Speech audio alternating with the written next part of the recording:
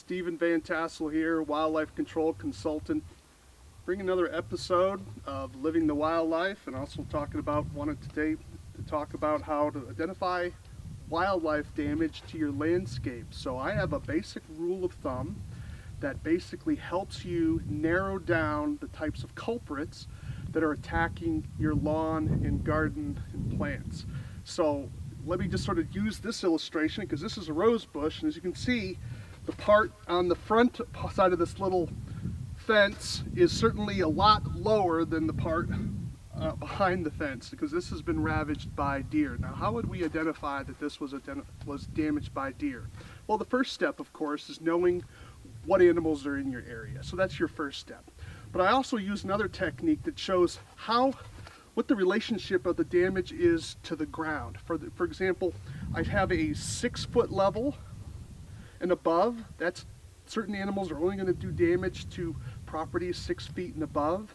Then I have from 6 feet down to probably a couple of feet, or down to the surface of the ground. Then at the surface of the ground is another type of damage, and then we talk about things that are going to be below ground. So basically, helping you identify where the damage is located helps you rule out certain things. For example, if I'm dealing with damage 6 feet above the ground, I know it's not going to be a rabbit, because rabbits can't stand that tall. So we can automatically eliminate rabbits. You say, well, Stephen, but I still don't know what's causing the damage.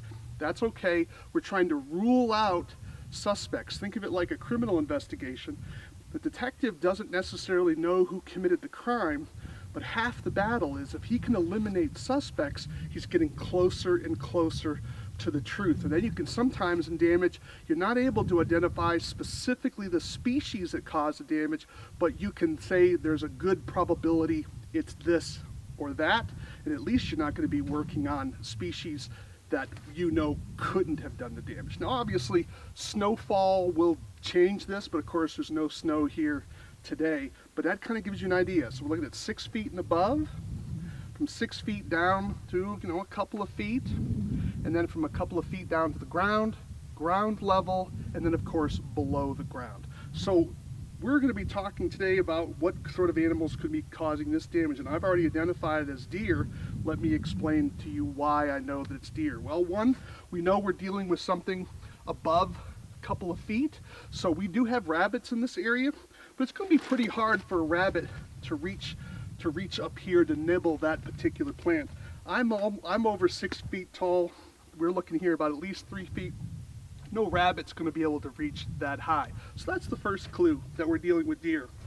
The second thing is if we look carefully at the damage on this particular plant, you'll notice that it's rough, because what happens is when a deer bites, it only has teeth on its lower jaw. So basically it has teeth with a solid palate. So it actually grabs the plant and then twists, and that's what causes it to tear. A rabbit has 2 pairs of incisors, and they're going to make a cut that looks like this. It's going to be at a 45-degree angle, and it's going to be real sharp. It's like someone took a knife and cut that. Notice how the difference is with this particular spot here, where the plant has been cut sharply and cleanly, versus the one right next to it. They kind of give you some contrast there. It's going to be a difficult shot to be sure. We'll get some close-ups for you, but it shows you the one on the right is rough, because again the deer is biting and then twisting, but a rabbit was going to create a very clean cut because it has incisors on both its upper and lower jaw. It's going to give you that classic 45-degree angle cut. So that's how you're going to separate rabbit damage from deer damage. And so of course we find out now that of course deer like rose bushes, and so they've been kind of really hammering this pretty well. But notice how just a little bit of blockage has stopped the deer from going the extra effort and attacking the plant behind it. It's amazing how little things determine animal behavior, because deer come along and they'll browse a little bit, and then they'll move on, browse a little bit. Then we have another plant, of course, that's a little bit lower to the ground, and it's been hammered as well. But we're going to show you some other spots to show you some deer damage. We have a tomato plant we're going to show you that's been hammered pretty hard by the deer, and we'll show you what that looks like as well. So I hope that helps you. Again, think of it, what's the elevation? 6 feet and above, 6 feet to about 1 to 2 feet, 1 to 2 feet to the ground, from the ground to the below ground. That helps narrow the types of animals and types of options you're going to have for the type of damage you're seeing. We have 2 more plants here that have been sort of devoured by deer. I've already spoken to you about the tomato plant. Well, here it is. I actually thought my wife trimmed it because we're obviously getting to the end of the tomatoes growing season, and she said, no, this was all done by deer.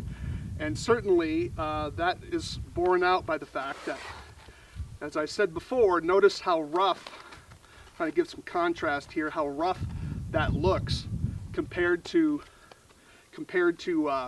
if I used a pair of scissors to snip this. So I'm going to have a look at that. Notice how rough everything again, how the deer bites and pulls and twists causes that rough, because they actually snap the branch, as opposed to a rabbit would cut the branch. See the difference? That would be a rabbit versus what a deer is doing, comparing it to that. So a rabbit's going to have these really clean cuts, and this is certainly, we have some big rabbits, we have some jackrabbits here in Montana, so a jackrabbit could probably reach some of this. However, when you look carefully at the branches, you say, no, it can't be a rabbit, because a rabbit would have these clean 45-degree angle cuts. Deer don't do that. So this has been ravaged by a deer. They just browsed all around it. We also have some damage here from our hostas that a deer has nibbled right down to the ground. And again, it's hard to see, but these have been pulled as well rather than being clipped. Move some of the rocks. But they really like the hostas and have clipped those. Notice how rough that is in terms of the edge. I don't know if you can get that, but it's rough as opposed to a really nice cut like that. Trying to get a little contrast again. So that would be a clean cut from a rabbit, where a deer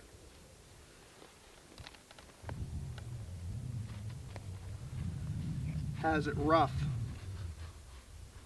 Compare those two right there. So this is the deer. Again, it's subtle. We're trying to get this on the shot versus a nice clean cut. So think of it as a razor versus a dull blade. And often with a deer, you're going to see a twisting motion. It's going to be hard because these are just really thin leaves and stems. When you have something with a little bit more substance, like with the tomato plant or with the rose bush, the deer bites and then twists, and so you get that sort of shorn image that you would get like if you took a fresh green branch and tried to break it without using a knife. That's another way of looking. It has all fragmented ends to it.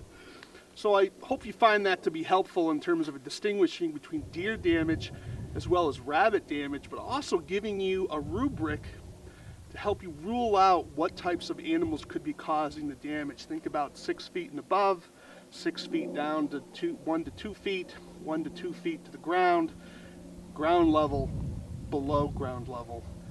My book will have more information on this. Again, that's the Wildlife Damage Inspection Handbook, available from lulu.com or from my website, wildlifecontrolconsultant.com.